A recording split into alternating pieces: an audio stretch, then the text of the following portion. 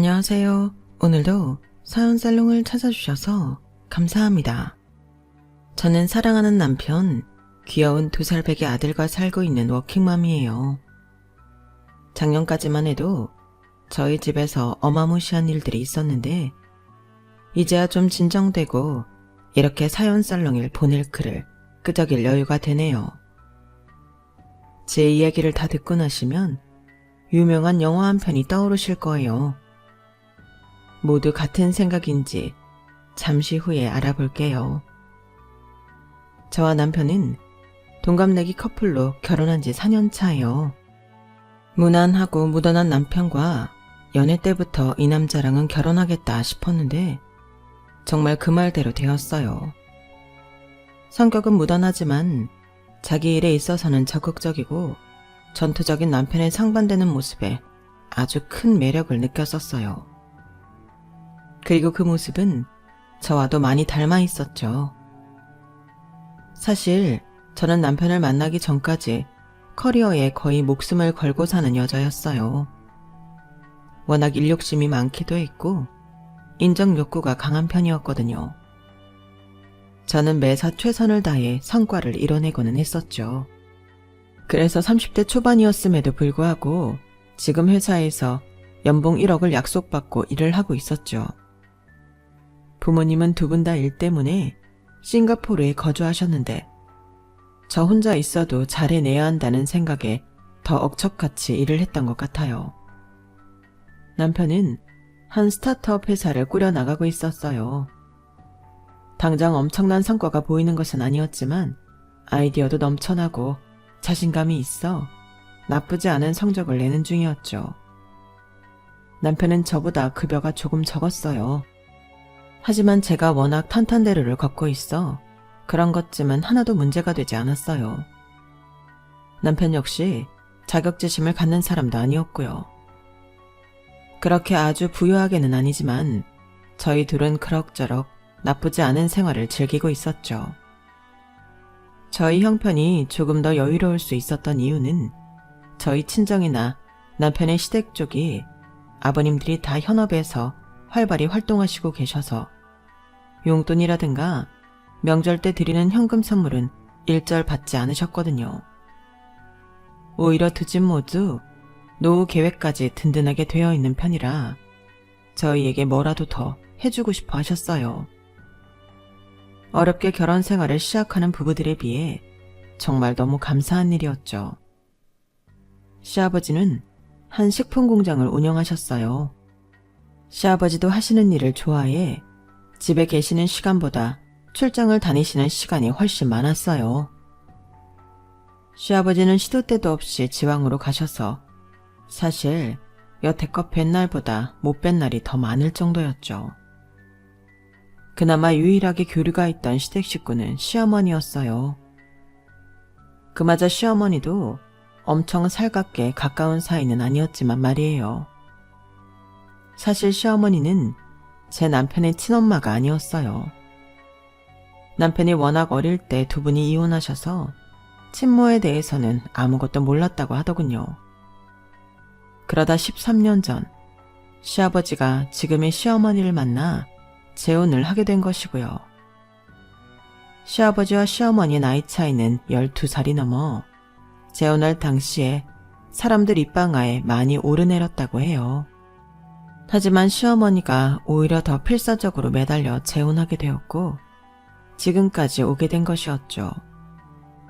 재혼은 했지만 계모이기도 하고 특별한 교류도 있는 편이 아니라서 남편과 시어머니는 애틋한 모자관계처럼 보이지는 않았어요. 그렇다고 특별히 불편하거나 나쁜 사이도 아니었고요. 그냥 적당한 거리를 두고 적당한 만남을 유지하는 그런 정도의 사이였어요. 저와도 마찬가지였고요. 그래서 서로의 기념일이나 챙겨야 할 날에는 잊지 않고 안부를 전했어요. 다른 친구들은 시어머니가 엄청 간섭을 한다, 남편보다 더 바가지를 긁는다, 이것저것 트집을 잡는다 등등 투덜댔지만 저는 반대로 시어머니와 원만한 관계를 유지하며 서로의 적정선을 넘지 않아 불편할 것도 전혀 없었어요. 이렇게 저는 제 결혼 생활에 매우 만족하고 있었어요. 자기야, 나 할 말 있어. 뭔데? 다 들어줄게, 해봐. 자기가 들으면 너무 놀랄 것 같은데? 이혼하자란 소리만 빼고 다 해도 돼. 나 아기 가졌어. 뭐? 정말이야? 어느 날 저희 부부에게도 소중한 생명이 찾아와 주었어요. 계획한 임신은 아니었지만 그렇다고 완전 딩크주의도 아니었기 때문에 아이가 와준 것 자체를 감사하고 축복으로 받아들이기로 했죠. 저는 워낙 일에 미쳐서 사는 사람이었기에 아이가 생겨도 그러면 어떡하지 하고 고민을 했었는데 다 기우였어요. 제 뱃속에 아이가 있다는 사실 하나만으로 저는 회사와 협의에 일을 대폭 줄였고 최대한 마무리가 깔끔한 일들만 할 수 있게 되었어요. 하지만 회사에서도 제게 원하는 것은 있었죠. 라니 씨가 출산을 하고 회사에 꼭 돌아와 주겠다는 약속만 해준다면 원하는 대로 해줄게요. 저희는 라니 씨의 능력을 정말 높이 사고 있어요. 집에서 아이 키운다는 것을 얕보는 게 아니라 라니 씨처럼 똑똑한 사람들이 사회에서 활발하게 활동해 주어야 경제가 돌아가고 발전이 되는 거예요. 회사분들은 제게 듣기 좋은 말만 해주셨지만 실제로 회사에서는 저를 놓치기 싫어했어요. 저 역시 편의를 많이 봐준 회사에 고마워 출산 후 회복이 되는 대로 다시 복직하겠다며 약속을 했죠. 출산한 여자들이 걱정하는 경력 단절은 사실상 제게는 애초에 없었기 때문에 스스로 너무 행운아라고 생각했어요. 제 임신 소식을 양가에 알리자 많은 축하가 쏟아졌어요. 엄마, 나 임신했어. 10주 됐대. 어머, 라니야. 우리 딸이 엄마가 된다니. 이렇게 좋은 소식이 있을 때 엄마랑 아빠가 옆에 없어서 미안해. 아니야, 그런 말 하지 마. 그래도 너무 미안해서. 너무 좋은데 미안하기도 하고. 엄마 울지 마. 나도 눈물 나잖아. 저희 부모님은 완전히 축제 분위기였고 당장이라도 비행기를 끊고 한국에 들어오시겠다는 것을 제가 겨우 말렸죠. 남편이 시아버지에게 손주가 생겼다고 말했고 저는 처음으로 시아버지께 문자를 받아봤어요. 임신 축하한다.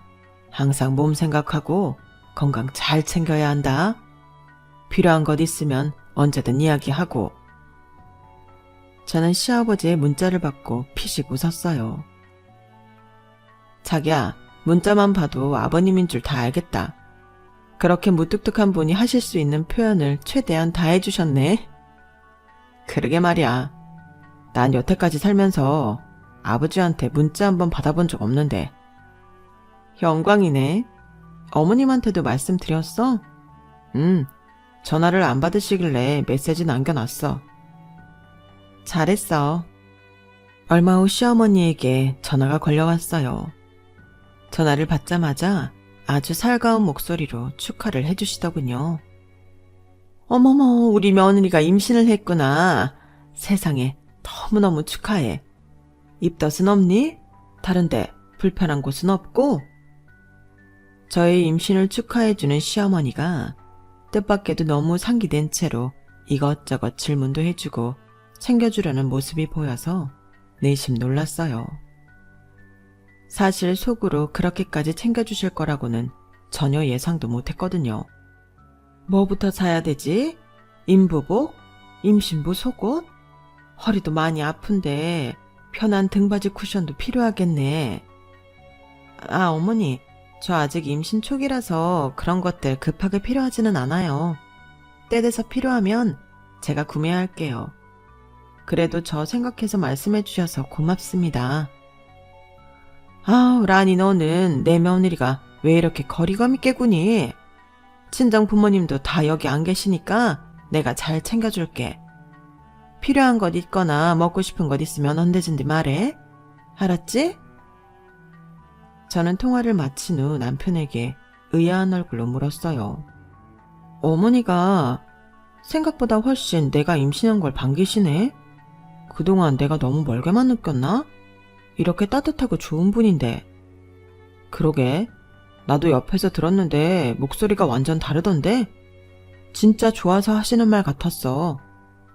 이제 어머니랑 좀 친하게 잘 지내야겠다. 괜히 죄송하네. 다 나 때문이지 뭐. 자기가 미안하긴.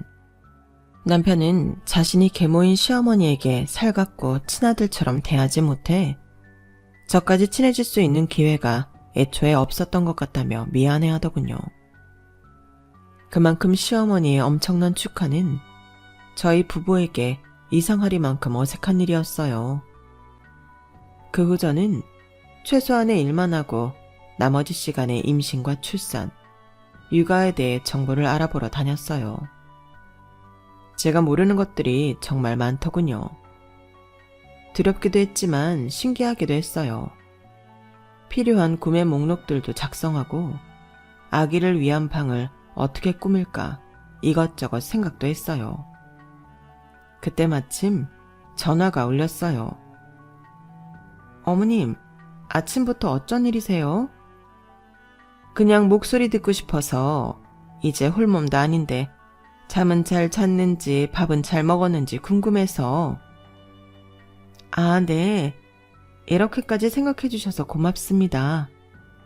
필요한 것들은 사고 있니? 아, 마침 목록 정리하고 있었어요. 지금 필요한 거랑 나중에 필요한 것들 추려서 사려고요. 아우, 역시 라니, 넌 어쩜 하는 일마다 그렇게 똑부러지고 흠잡을 데가 없니? 며느리 하나는 정말 잘 얻었어 내가. 아침부터 과한 시어머니의 칭찬이 너무 낯설어 몸둘 바를 모르겠더군요. 그런데 라니야, 내가 부탁 하나만 해도 될까? 말씀하세요. 너 필요한 거 사면서 똑같은 걸로 하나씩만 더 사줄 수 있니? 돈은 내가 나중에 한 번에 줄게. 똑같은 걸로요? 속옷이면 속옷, 아기 손수건이면 손수건, 아기 가구면 가구, 뭐든 너 사는 거 그냥 하나씩만 더 사다오. 저는 흠칫 놀라며 물었어요. 혹시 어머님도 임신을... 아우, 망측해라. 이 나이에 무슨 임신이니? 너희 시아버지 지금 출장 가서 얼굴 못 본 지도 한 세월인데. 저야말로 깜짝 놀랐어요. 내 친구 딸도 마침 너랑 비슷하게 임신을 했는데 내 친구는 아파서 누워있고 남편 없는 미혼모라서 임산부를 돌봐줄 사람이 없어. 어릴 때부터 봐오던 내 친조카 같은 애인데 그냥 보고만 있자니 마음에 영 걸려서 말이야. 엄마 친구로서 이렇게라도 좀 도와주고 싶어서. 그런데 내가 애를 낳아본 적이 있어야 말이지. 뭐가 필요한지도 잘 모르겠고 요즘 뭐가 다양하던데. 너도 마침 임신을 했으니 이것저것 필요한 것들 알아보겠다 싶어서 부탁하는 거야. 좀 해줄 수 있지? 네, 그런 부탁이라면 해드려야죠. 미혼모면 외롭고 힘들 텐데.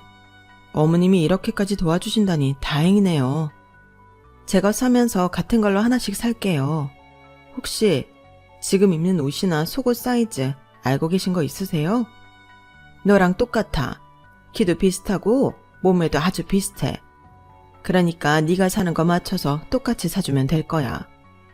그리고 아기 성별은 아직 모르지만 걔는 파란색이니 분홍색이니 상관없는 애니까 그냥 아무거나 사다 주렴.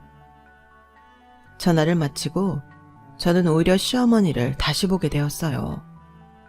어려운 상황에 있는 당신 친구와 그 딸, 뱃속의 아이까지 이렇게 챙겨주는 모습이 대단하다고 생각 들었거든요. 그때부터 저는 어머님과 자주 연락을 하게 되었어요. 필요한 것들을 사서 배송을 시키고 전화를 알려주고 다음에 또 필요한 것들을 주문받고는 했으니까요. 번거롭지는 않았어요. 어차피 제가 사는 거 똑같이 2개씩 사면 됐으니까요. 집에 육아 아이템들이 점점 쌓여갔고 정말 엄마가 되는구나 싶었어요. 하루는 친정엄마와 아빠가 싱가포르에서 잠시 귀국을 하셨어요. 제가 엄마가 되고 나니 묘한 감정이 들어 친정엄마 얼굴을 보자마자 눈물이 터지더군요. 우리 딸 고생 많았어. 많이 보고 싶었지? 엄마랑 아빠 너무 보고 싶었어. 배가 그래도 얼추 나왔네. 기특하다 우리 라니. 부모님이 한국에 머무르는 시간은 얼마 되지 않았어요. 너무 안타까웠죠. 그래도 부모님은 큰 캐리어에 가득 선물을 담아오셨어요. 뭘 이렇게 많이 가져왔어. 싱가포르 물가도 비싼데. 이거 임산부를 위한 영양제라는 게 꼭 먹어봐. 다 유기농 재료로만 만든 거라 너무 좋대. 그리고 이건 구서방추고 여기 이것들은 시부모님 가져다 드려. 이렇게나 많이? 엄마랑 아빠 한국에 없는데 그 어르신들이 너 잘 챙겨주실 거 아니야. 감사하니까 많이 가져다 드려. 저를 위해 시댁에 선물을 가져온 엄마 앞에서 오히려 제가 심부름 부탁을 하고 있다는 말을 차마 하지는 못했어요. 부모님이 싱가포르로 돌아가시고 저는 시어머니에게 계속 연락을 취했지만 닿지를 않았어요. 그래서 퇴근길에 잠깐 시댁을 들려서 선물을 드리고 가려고 했죠. 어머님 집에 안 계시나? 어머님! 어머님! 그때 부엌 쪽에서 드런드런 이야기 소리가 들려 가보니 시어머니와 한 젊은 여자가 과일을 먹으며 담소를 나누고 있더군요. 저를 발견한 시어머니는 깜짝 놀라며 어머 라니야, 이 시간에 여긴 어쩐 일이니? 시어머니와 젊은 여자는 너무 당황한 표정으로 어버버 있더군요. 드릴 것 있는데 전화도 안 받으시고 해서 그냥 직접 왔어요. 옆에 저분은 누구세요? 아, 여기는 내가 전에 얘기한 내 친구 딸 임신했다는 애 있잖아. 계속 혼자 있다 그래서 집으로 불러서 뭐 좀 먹이고 그랬어. 아, 그러셨구나. 안녕하세요. 안녕하세요. 기어들어가는 목소리로 겨우 인사를 하는 젊은 여자는 20대 초중반 정도 되어 보이는 앳된 얼굴이었어요. 저와 비슷한 체구에 임신한 배까지 비슷하니 기분이 이상하더군요. 이거 저희 부모님이 가져다 드리라고 주셨어요. 잠깐 들렀다 가신 거라 인사도 못 드리고 간다고. 죄송하다고 전해달라고 하셨어요. 아우, 사부인도 참 뭘 이런 걸. 고맙다라니야. 시어머니는 정말 오랜만에 임신한 며느리가 선물까지 들고 방문했는데 앉아서 과일 좀 먹고 가라는 권유 한번 하지 않더군요. 저는 어린 임산부가 있어서 괜히 불편할까봐 그런가 보다 하고 인사를 하고 시댁에서 나왔어요. 오면서 계속 그 젊은 여자가 생각이 나더군요. 어쩌다 남편 없이 혼자 애를 낳게 됐을까? 사정은 너무 안타깝네. 그러고 보니 그동안 내가 산 거 다 저분한테 간 건데 아무도 고맙다는 말도 안 해주네. 혼자 서운한 마음을 삼키고 집에 돌아왔어요. 남편에게 말할까 싶었지만 괜히 일만 커질까 가만히 있었죠. 자기야, 다음 주에 아버지 출장 끝나고 오시면 같이 식사 한번 하자 그러시네. 진짜? 아버님 도대체 얼마 만에 뵙는 거야. 누가 보면 해외 사시는 줄 알겠어. 꼭 자기가 있어야 공장이 돌아간다나 뭐라나. 아휴, 전형적인 꼰대시지 뭐. 그래도 간만에 얼굴 뵙겠네. 나 임신하고 처음 뵙는 것 같은데? 벌써 그렇게 됐나? 아버지도 진짜 너무하시네. 며느리한테 무심하네. 그렇게 오랜만에 시아버지 시어머니 우리 부부까지 둘러앉아 식사하는 자리가 마련되었어요. 아버님, 진짜 너무 오랜만이에요. 왜 그렇게 출장을 많이 가세요? 이 나이에 바쁘다는 건 좋은 거지. 라니 건강은 괜찮니? 아기도 건강하고? 네, 둘 다 건강하대요. 참, 아들이라고 성별 나왔어요. 그래, 축하한다. 남자아이는 에너지가 넘칠 텐데 성진이가 라니 많이 도와줘야겠구나. 걱정 마세요. 당연히 도와줘야죠. 다들 제 뱃속의 아기 얘기로 하하호호 즐거운데 유독 시어머니만 얼굴이 어둡더군요. 어머니 괜찮으세요? 많이 드시지도 않고. 어? 난 괜찮아. 근데 이거 남는 거면 싸달라고 할까? 뭔 소리야. 지금 애들 잘 먹고 있는데 뭘 싸달라고 해. 오랜만에 보면서 왜 이렇게 주접을 떨어? 주접이라뇨. 당신이야말로 오랜만에 보는데 무슨 말을 그렇게 심하게 해요?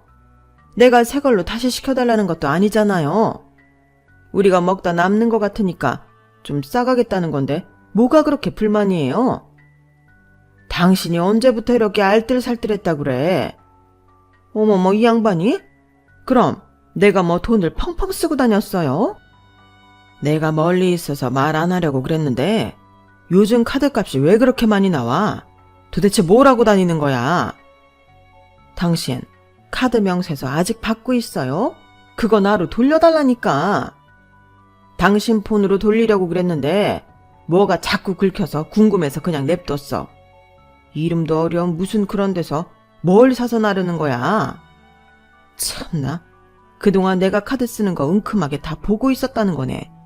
그리고 막말로 당신 돈 그 정도 보는데 안 사람인 내가 용돈도 못 써요?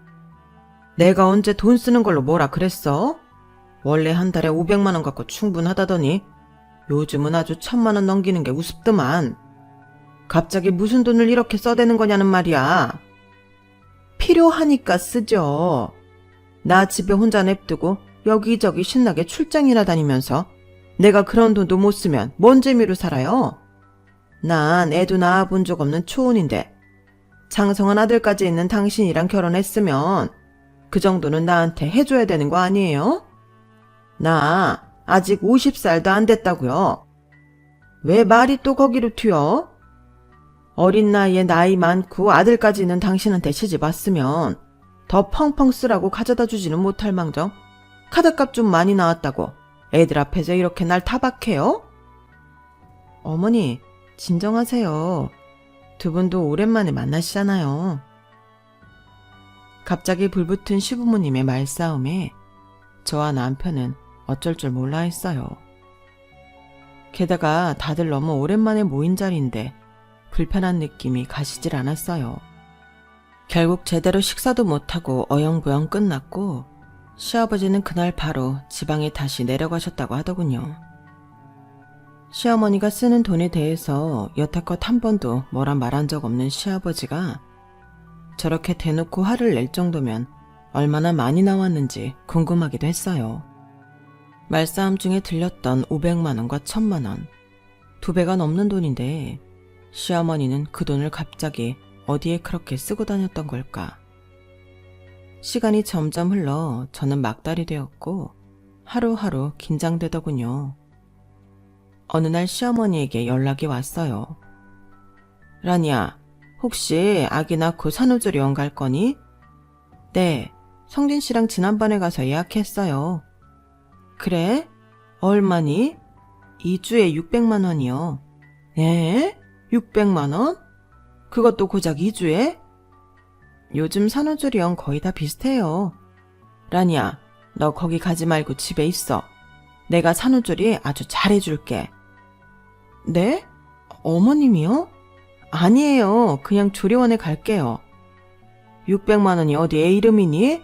내가 딱 절반만 받고 완전 초호화 고급 럭셔리 산후조리 해줄게. 나한테 300만 원만 줘. 저는 너무 곤란했어요. 솔직히 600만 원이 제가 감당 못할 정도의 금액도 아니었거든요.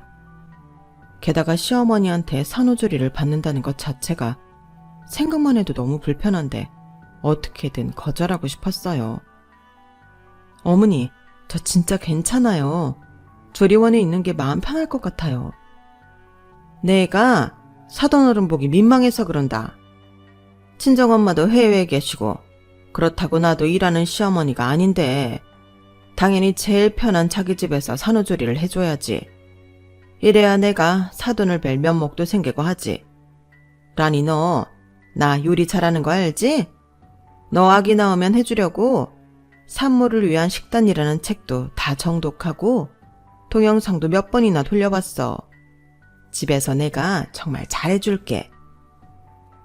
시어머니와 설전이 오갔지만 결국 제가 지고 말았어요. 제가 집에서 시어머니한테 산후조리를 받아야 하는 온갖 이유를 다 꺼내서 준비한 듯 하더군요.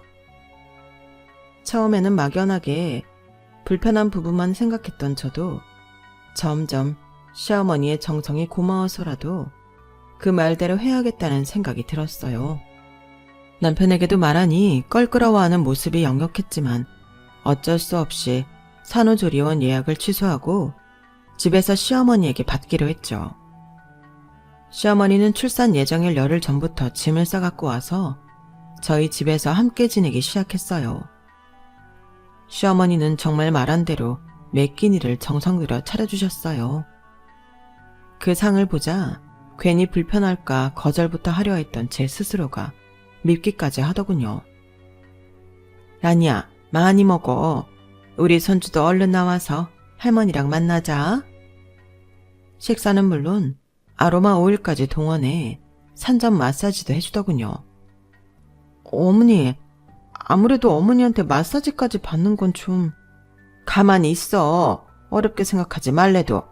그리고 내가 뭐 공짜로 너한테 이렇게 해주니? 나도 300만 원이나 받고 하는 건데 이 정도는 기본이지. 우리가 무슨 남도 아니고. 아기 낳을 때 힘 많이 줘서 쥐날 수도 있으니까 부위별로 다 이렇게 근육 부드럽게 풀어줘야 좋아. 어때? 시원하지? 며칠 후 진통이 시작되었고 저는 아들 혁우를 낳았어요. 제 아이를 마주한다는 것은 정말 말할 수 없는 기쁨이더군요. 아이를 낳고 병원에서의 짧은 시간을 보내고 집으로 돌아왔어요. 시어머니는 신주단지 모시듯 혁우를 품에 안고 예뻐해 주더군요. 그 모습을 보니 그동안 시어머니를 오해했던 제가 죄스럽기까지 했어요. 시어머니와 한 집에 살면서 본격적인 산후조리 및 육아가 시작되었고 우려와는 다르게 제법 무난하게 흘러가고 있었어요. 시어머니께는 300만 원을 온전히 월급으로 드리고 식비나 생활비 등을 따로 충당할 수 있는 카드를 한 장 더 드렸어요. 저와 남편, 시어머니의 식비와 생활용품비, 그리고 아이 기저귀 분유값 등 한 달에 200만 원에서 250만 원 정도가 나오더군요.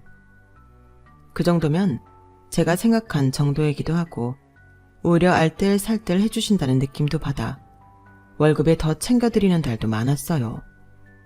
문제는 제가 복직을 하면서 생겼어요. 출산 후 회사는 저의 몸 상태를 묻는 척 계속 복직을 재촉했어요. 사실 저도 일이 하고 싶어 슬슬 몸이 간지럽기도 했고요. 그래서 저는 출산 후 4개월 만에 회사 출근을 다시 시작하게 되었어요. 어머니, 죄송해요. 제가 너무 빨리 회사를 나가게 돼서 낮에 혼자 혁우 보시는 거 괜찮으세요? 괜찮다마다. 혁우가 워낙 순하잖니. 너는 신경 쓰지 말고 하고 싶은 일 실컷 하고 오렴. 혁우 걱정은 하나도 하지 말고. 저는 진심으로 시어머니에게 감사했어요. 남편의 친모는 아니었지만 오히려 저를 친딸처럼 챙겨주시고 혁우도 진심으로 보살펴 주신다는 느낌을 받았거든요. 저는 일을 시작한 저를 위해 하루 종일 고생하시는 시어머니에게 200만 원을 더 월급으로 챙겨드리기로 했어요. 당연히 시어머니도 너무 좋아하셨고요. 복직 후 저는 완전 날아다녔어요. 임신 기간 동안 못했던 어려운 업무들을 척척 해나가니 아드레날린이 다 솟는 기분이었어요. 혁우도 너무 예쁘고 사랑스럽지만 나는 아무래도 역시 커리어 우먼이야. 열심히 한 만큼 인정을 받아 임신 전보다 월급도 많이 올라갔어요. 주변에서 칭찬이 마를 날이 없었죠. 그렇게 몇 달을 지나고 났는데 뭔가 이상한 것이 느껴지더군요. 바로 시어머니에게 드린 카드값이 매달 액수를 갱신하면서 이번 달은 630만 원까지 나왔더군요. 시어머니의 월급은 500만 원인데 따로 630만 원이라는 카드값이 나오니 아무리 잘 버는 저도 조금씩 버거워지기 시작했어요. 어머니에게 생활비가 자꾸 느는 것에 대해서 직접적으로 물어봐야겠더군요. 어머니, 여쭤볼 게 있는데요. 그래. 이번 달에 카드값이 630만 원 나왔더라고요. 그래. 혁우가 갑자기 어른처럼 먹고 그러는 것도 아닌데 불과 몇 개월 사이에 카드값이 너무 많이 나오는 것 같아서요. 혹시 다른 데 사용하신 거 있으세요? 내가? 아니, 못하러. 그냥 매달 좀 그렇게 큰 돈이 나갈 때가 가끔 있네. 이제부터라도 좀 조절해서 쓸게. 저 자세로 나오는 시어머니를 보니 더 이상 물어보기 어렵겠더라고요. 그러다 하루는 혁우가 기어가다 어디에 부딪혔는지 머리에 주먹만한 혹이 나왔더군요. 자기야, 아무래도 집에 CCTV를 좀 설치해야겠어. 나름 아기 기어다니면서 부딪히지 않게 다 치운다고 했는데 우리가 안 보이는 곳에서 자꾸 저렇게 다쳐오잖아. 그래, 그럼 방마다 놓지 뭐. 그렇게 저희는 온 집안에 CCTV를 설치했어요. 시어머니께 설치했다고 말을 했지만 제대로 들으신 건지 알겠다라는 말로 넘기시더군요. 다행히 기분 나빠하시지 않는 것 같아 한 걱정 놓게 되었어요. 그렇게 저와 남편은 각자 다시 열심히 일을 했고 평온한 날들이 계속되는 듯 싶었어요.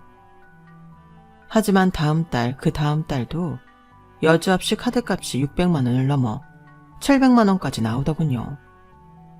핸드폰에 뜨는 카드 사용 내역서를 봐도 모두 제가 아는 식자재 가게, 식당, 온라인 쇼핑몰 등이었는데 왜 이렇게 많이 나오는지 도무지 알 수가 없었어요. 답답하기만 했어요. 저는 혹시 시어머니가 우리가 모르는 방법으로 돈을 따로 쓰고 있으신 것은 아닐까 의심이 들기 시작했어요. 그래서 조심스럽게 회사에서 집안의 CCTV를 돌려보게 되었어요. 이제는 시어머니에 대한 믿음도 있었고 최근 혁우도 크게 다친 일이 없어서 따로 보지는 않았는데 어마무시한 카드값이 결국 제 발목을 잡더군요. 이게 누구야? 이 아이는 또 누구야? CCTV에는 시어머니와 혁우 말고도 다른 사람이 잡히더군요. 그것도 저희가 평일에 출근을 하면 30분 후 들어왔다가 하루 종일 집에 머무르고 저희 퇴근 전에 시간을 맞춰 나가더군요. 매일매일 말이죠. 과거 CCTV까지 다 보니 설치하고 바로 다른 사람이 집에 드나들었다는 것을 알게 되었어요. 그 전부터였다는 거죠. 화질이 좋은 편은 아니라 긴가민가 했는데 혁우가 아닌 또 다른 아이를 안고 있는 여자는 바로 예전 시댁에서 봤던 젊은 임산부였죠. 저 사람이 왜 우리 집에 계속 왔다 갔다 한 거지? 그것도 아이까지 데리고? 머릿속에 물음표만 가득했어요. 저는 그날 저녁에 남편에게 CCTV를 보여주며 예전에 시댁에 우연히 들렀을 때 젊은 여자를 만났던 이야기까지 모두 털어놓았어요. 그때 어머니가 병원에 누워있는 친구 딸인데 미혼모에다 챙겨줄 사람이 없다고 너무 안쓰럽게 얘기하셨었거든. 그래서 내가 필요한 것들이나 혁우 용품들도 꼭 2개씩 사서 그쪽으로 배달시키고는 했었는데 그러고 보니 그동안 샀던 물건값 어머니가 아직 안 주셨네. 나도 깜빡하고 있었다. 나도 처음 보는 여자인데 나도 모르는 여자야. 자기도 혼자 그런 얘기 담고 있어서 힘들었겠네. 그냥 딱한 사정이 있는 애기 엄마인데 잘 모르는 내가 그에 대해서 떠들고 다니기도 뭐하고. 어머니도 워낙 조심스럽게 말씀하셔서 나도 최대한 조용히 하고 있었지.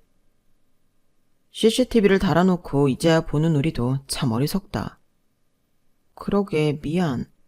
당신이 뭐가 미안해. 우리 내일 어머니한테 말 안 하고 일찍 집에 와보자. 나 혼자보다는 자기가 같이 있어야 될 것 같아. 그래, 알았어.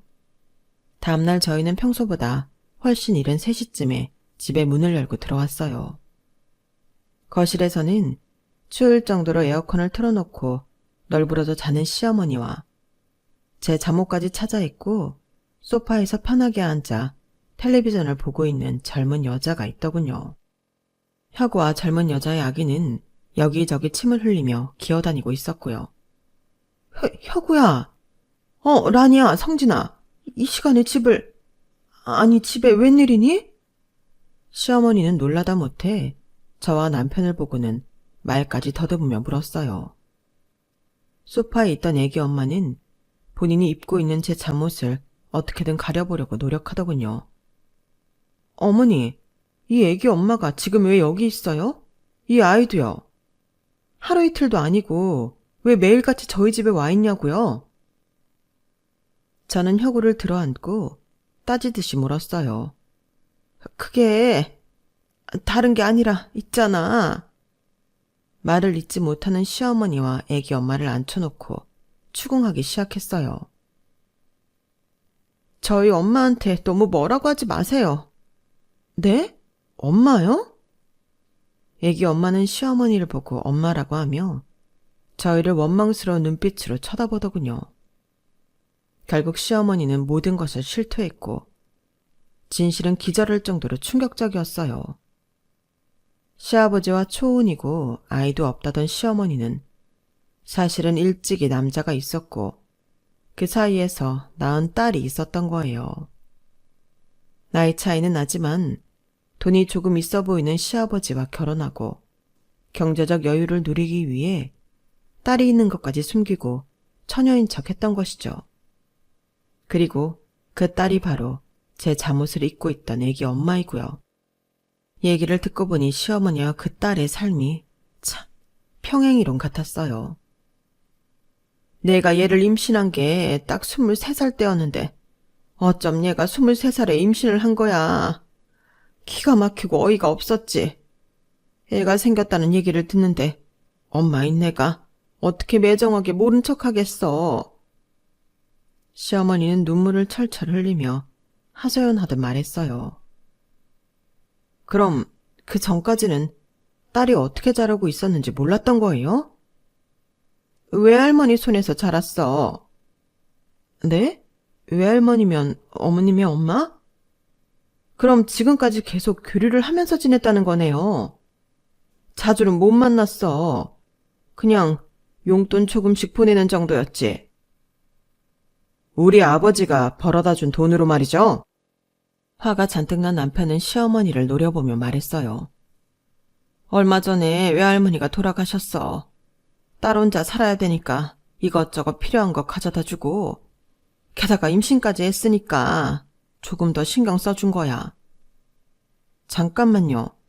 얼마 전이라면 아버님이 카드값이 유독 많이 나오기 시작했다고 하신 그쯤인 건가요? 시어머니는 작게 고개를 끄덕였어요. 그 전까지는 정말 용돈만 조금 보내준 게 맞아.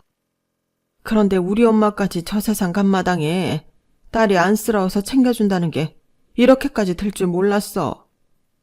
그럼 어머니 친구가 병으로 누워있고 그 딸이 임신해서 혼자 지낸다고 하신 게 이 친구였던 거고요? 저한테 임산부가 필요한 용품이랑 아기 것들 하나씩 더 사서 보내달라고 한 것도 다 여기 따님한테 준 것이고요. 그래요. 다른 건 더 묻지 않을게요. 그런데 지금 이 애기 엄마가 매일 왜 제 잠옷을 입고 있는지, 그리고 자기 집처럼 편하게 있었던 것인지는 잘 설명해 주셔야겠네요. 그러고 보니 주방 식탁에 뭔가 가득히 담겨있는 쇼핑백이 보였어요. 안을 들춰보니 저희 집에 있는 반찬, 과일, 심지어 아기 분유와 기저귀까지 들어있더군요. 설명해 주세요. 이게 다 뭔지. 그게 우리 딸도 출산한 게 라니 너랑 한 달도 차이가 안 나. 몸조리도 해야 되고 이것저것 먹고 싶은 거 많다 그래서 내가 딸 것도 하나씩 더 샀었어. 제 카드로요? 시어머니는 상당히 계획적으로 이 모든 판을 짰더군요. 혁우를 임신했을 때 제게 2개씩 구매해달라고 했던 건 기본이고 출산이 임박해서 조리원에 가지 말고 본인이 집에서 산후조리를 해주겠다고 한 것도 아주 고의적이었어요. 시어머니가 저희 집의 명분을 갖고 머무르면서 자기 딸의 산후조리까지 해주고 있었던 거예요. 그것도 저와 남편의 돈으로 말이에요. 너무 기가 막혀 말이 다 안 나오더군요. 여태까지 속인 것 하며 이런 발상을 한 것까지도 화가 나고 속이 끓었죠. 얘가 남자를 잘못 만났어. 미혼모라는 건 진짜야. 지금 그게 중요한가요? 이건 거짓말을 넘어서 사기예요, 사기. 아시겠어요? 할 말을 잃은 시어머니와 애기 엄마는 훌쩍거리며 땅만 보고 있었어요. 다 저 때문이에요. 엄마는 아저씨랑 결혼하고 행복하게 산다고 했었는데 괜히 저 때문에 엄마가 이렇게 곤란해진 거예요. 모녀 사이가 정말 너무 남달라서 눈물이 다 나오네요. 저는 잔뜩 비꼬는 투로 말했어요. 이제 어떻게 하실 거예요? 아버지한테도 다 말해야지. 다 어리석은 내 잘못인걸. 이렇게 될 줄 모르셨어요? 집에 CCTV 달 거라고 말씀드렸었잖아요. 내가 깜빡하고 잊어버리고 말았지 뭐냐. 잊어버리실 게 따로 있지. 저희 집에서 죄인처럼 나간 모녀는 한동안 보이지 않았어요. 하지만 시어머니가 시아버지께 사실대로 말한 것 같더군요. 결국 시아버지는 괘씸하다며 이혼을 했고 요책 배우자라 시어머니는 10원 한 장 못 받고 내쫓기고 말았어요. 거짓말이 거짓말을 낳아 이런 파국을 맞이하고 만 거예요. 저는 얼마 뒤 시어머니의 딸인 애기 엄마에게 연락을 해서 따로 만났어요. 이름이 뭐예요? 이설인이요. 죄인처럼 고개를 푹 숙인 채 애기 엄마는 제 눈도 잘 못 마주쳤어요. 설인 씨는 앞으로 어떻게 할 거예요? 젊은데 일 생각 없어요? 할 거예요. 꼭 일할 거예요. 아기 조금 더 크면 무슨 일이든 할 거예요. 그때 제가 흰 봉투를 앞에 내밀며 말했어요. 그래요. 아직 젊으니까 뭐든 도전하고 해봐요. 이거 받아요. 솔직히 설인 씨가 갖고 있는 돈도 빼앗고 싶지만 설인 씨는 미혼모에다 어머님이 위자료 한 푼 못 받고 이혼당하셨잖아요. 그냥 사람 대 사람으로 주는 거예요. 정말 최소한 돈만 넣었으니까 이걸로 어디 단칸방이라도 얻고 젊은 설인 씨가 일 시작해요. 애기 엄마는 너무 놀란 눈으로 저를 바라보고 있었어요. 저랑 엄마가 미우실 텐데 왜 이렇게... 맞아요. 너무 미운데 이 못난 두 어른 때문에 설인 씨 아기한테 무슨 일이라도 일어나면 안 되잖아요. 알다시피 나도 애 엄마라 아기가 가장 마음에 걸려요. 제 말을 들은 애기 엄마는 펑펑 울며 제 손을 잡고 말했어요. 감사합니다. 정말 감사합니다. 정말 정신 차리고 열심히 살게요. 이렇게까지 도와주셔서 감사합니다. 사실 이렇게 하기까지 저도 고민이 참 많았어요. 하지만 입장을 바꿔서 생각해보면 그럴 수도 있겠다 싶기도 하고 사정이 안타까워 3천만 원을 넣어서 건넸어요. 남편은 저보고 속도 좋다며 혀를 찼지만 그냥 그렇게 해야 제 마음도 좀 편해질 것 같았죠. 시아버지는 아직 제가 돈을 건넨 사실을 모르시지만 언젠가는 말씀드려야겠죠.